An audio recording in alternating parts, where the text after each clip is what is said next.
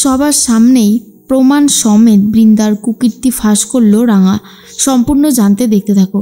গল্পের শুরুতেই দেখা যায় একলব্য চলে গেছে, আর অন্যদিকের সিটে কোপাইলটে বসে আছে অয়ন। অয়ন তো একলব্যকে দেখে ভয় পেয়ে যায়। একলব্য বলে, কিরে হঠাৎ করে ভয় পেয়ে গেলি? অয়ন তখন বলে, তুই না বলে কয়ে এসেছিস তো, তার জন্য একটু অন্যমনস্ক ছিলাম। এর মধ্যে অয়নের ফোন বাজতে থাকে। অয়ন একলব্যকে বলে, আমি একটু আসছি রে বলেই ফোনটা ধরে, আর ফোন দেখা যায় ফোন করেছে করি, আসলে সেই মেয়েটা যে কিনা একলব্যকে কিডন্যাপ করতে আসছে। আর ঠিক তখনই মনে মনে একটা কথাই অয়ন ভাবছে, সে কোনোভাবে ধরা পড়ে যাবে না তো। এর মধ্যেই করি বলে, আমি চার্টার প্লেন নিয়ে এক্ষুনি আসছি, বঙ্গোপসাগরে যেখানে বলেছিলাম সেখানেই কিন্তু ফ্লাইটটা নামাতে হবে, যেভাবেই হোক না কেন। অয়ন তখন বলে, ঠিক আছে, আপনি যেমনভাবে বলেছেন তেমনভাবেই হবে। আসলে আমিও চাই একলব্য যেন কোনোভাবেই আমার জীবনে না থাকে আর আহিরির জীবনে না থাকে। এর মধ্যেই করি তখন বলে, ঠিক আছে, আপনি রেডি হয়ে যান। এরপর অয়ন কথা শেষ করে কোপাইলটের জায়গায় বসে পড়ে। আর ঠিক তখনই দেখা যায় যে একলব্য বলে, কি ব্যাপার অয়ন, অন্যদিন তো ককপিটে বসে তুই ফোন একেবারে সাইলেন্ট করে দিস, আজকে ফোন আসলো ধরলি, বাইরে কি এতক্ষণ কথা বললি, সব ঠিক আছে তো? অয়ন বলে, আসলে একটু ডাক্তারের ব্যাপার তো, তাই তুই চিন্তা করিস না, সব ঠিক আছে। এরপর একলব্য ফ্লাইট নিয়ে রওনা দিয়ে দেয়। অন্যদিকে বাড়ির সবাই আলাপ আলোচনা করতে থাকে কোথায় ঘুরতে যাওয়া যাবে। কেউ দার্জিলিং বলছে, কেউ পুরী। আর তখনই সভ্য বলে, এখন এই বর্ষার সময় পাহাড়ে না যাওয়াই ভালো, কোথায় কোন সময় ধস নেমে যাবে, তখন আরও বিপদে পড়তে হবে।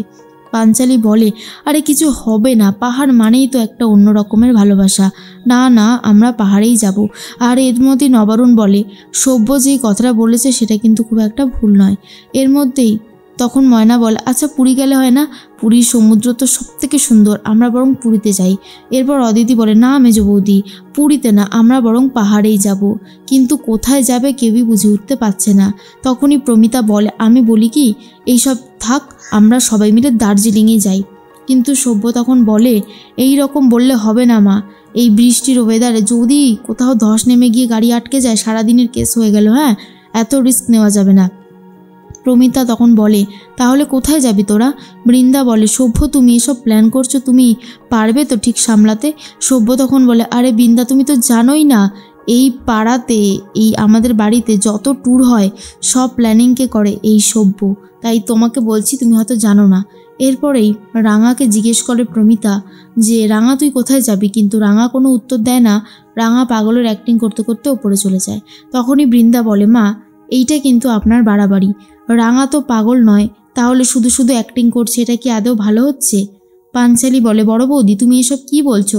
রাঙা পাগল নয় মানে? রাঙাকে যেসব ওষুধ দেওয়া হয়েছিল তার সাইড এফেক্টেই তো রাঙা এই রকম হয়ে গেছে, তাই না? কিন্তু প্রমিতা বলে, বৃন্দা তুমি এসব কথা কেন বলছো?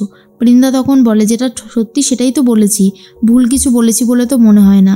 এর মধ্যে একলব্য মনে মনে একটা কথাই ভাবে, আজ হঠাৎ করে অয়নের হলোটা কি, কেমন যেন একটা অস্থির অস্থির করছে, এটা বেশ ভালো রকমই আমি বুঝতে পারছি। এদিকে রাঙা অস্থির হতে থাকে। রাঙা ভাবে, কেন জানি না উড়ানবাবুর জন্য আজ আমার অনেক চিন্তা হচ্ছে, সব ঠিক থাকবে তো শেষ পর্যন্ত? তার মধ্যেই ফোন করেছে সত্যজিৎ আর বলে, রাঙা তোমাকে একটা খবর জানানোর জন্য ফোন করলাম, আমি না তোমার এই কেসটা আর থাকতে পারছি না, তোমাকে কে বা কারা মারতে চেয়েছিল এটা আমি এখন খুঁজে বার করতে পারবো না, কারণ হঠাৎ করে আমার কাছে একটা অন্য মিশন এসেছে। তখনই রাঙা বলে, কী মিশন পুলিশ স্যার? সত্যজিৎ বাবু বলে, আসলে এই তরুণ তরুণ ছেলেমেয়েদের মধ্যে একটা নেশার জিনিস ছড়িয়ে দেওয়া হচ্ছে, আর বাইরে থেকে কোনো একটা দল এই কাজটা করছে, তাদেরকে ধরার একটা মিশন এসেছে, সেই জন্য একটু চাপে পড়ে গেছি, তোমার ব্যাপারটা আমি তাও দেখছি, ঠিক আছে? রাঙা তখন বলে, এই রকমও হয়, তরতাজা প্রাণগুলোকে শেষ করার চেষ্টা করা হচ্ছে, তুই আগে ওদেরকে নিয়ে ভাব পুলিশ স্যার, আমার ব্যাপারটা না হয় পরে দেখিস। রাঙা তখন ভাবে, মানুষ এতটা খারাপ হয় কি করে যে অন্য মানুষকে জীবনকে এতটা বেশি অনিশ্চিতের মধ্যে ঠেলে দিচ্ছে? এর মধ্যেই প্রমিতা বৃন্দা বলে, মা রাঙা তো এরকম অভিনয় করছে, আপনি কেন কিছু বলছেন না? তখন সবাই মিলে প্রমিতাকে ছেঁকে ধরে আর বলে, পাঞ্চালি বলে, মা এসব কি বলছে বড় বৌদি, এগুলো কি আদেও ঠিক? তখনই প্রমিতা বলে, হ্যাঁ, রাঙা পাগলের অ্যাক্টিং করছে, কারণ রাঙা তোমাকে ধরতে চায়, তুমি অনেক খারাপ কাজ করেছো বৃন্দা, এরপর তোমাকে ধরার মতন প্রমাণ রাঙার কাছে আছে। তখনই ভয় পেয়ে গেছে বৃন্দা আর জিজ্ঞেস করে কি প্রমাণ শুনি। এরপর দেখায় গোপ, যে ফলস গোপটা লাগিয়েছিল বৃন্দা অবিনাশ সেজে, সেই গোপটা তো খুঁজে পেয়ে গেছিল রাঙা। সেই গোপটার কথাই বলতে থাকে প্রমিতা। আর তখনই রাঙা নিচে এসে গেছে। এরপরে পাঞ্চালি বলে, বড় বৌদি তুমি আবার একটা অন্যায় করেছো, তোমার এই অন্যায়ের ক্ষমা আর হয় না, তুমি এইভাবে রাঙাকে মারতে চেয়েছিলে। এর মধ্যেই সভ্য তখন বলে, আরে বাবা তোমাদের কোথাও একটা ভুল হচ্ছে, এটা তো আমার গোফ, আমি তো একটা ফলস গোপ নিয়ে এসেছিলাম।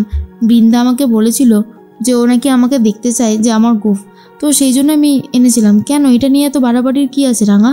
কিন্তু রাঙা তো বুঝতে পারে বৃন্দা ইচ্ছে করে এই গোফটা ইউজ করেছিল ওই অবিনাশ সাজার জন্য, কিন্তু সভ্য এসে পুরো প্ল্যানটা নষ্ট করে দিচ্ছে, এমনটাই বলতে থাকে। অন্যদিকে দেখা যায় করি তার ফুল টিম নিয়ে রেডি হয়ে গেছে একলব্যকে কিডন্যাপ করবে বলে। আসলে এই করিদের টিমটাই নেশার ওষুধ ছড়িয়ে দিচ্ছে চারিদিকে, আর তারা পুরো বাংলাতে ছেয়ে যাচ্ছে।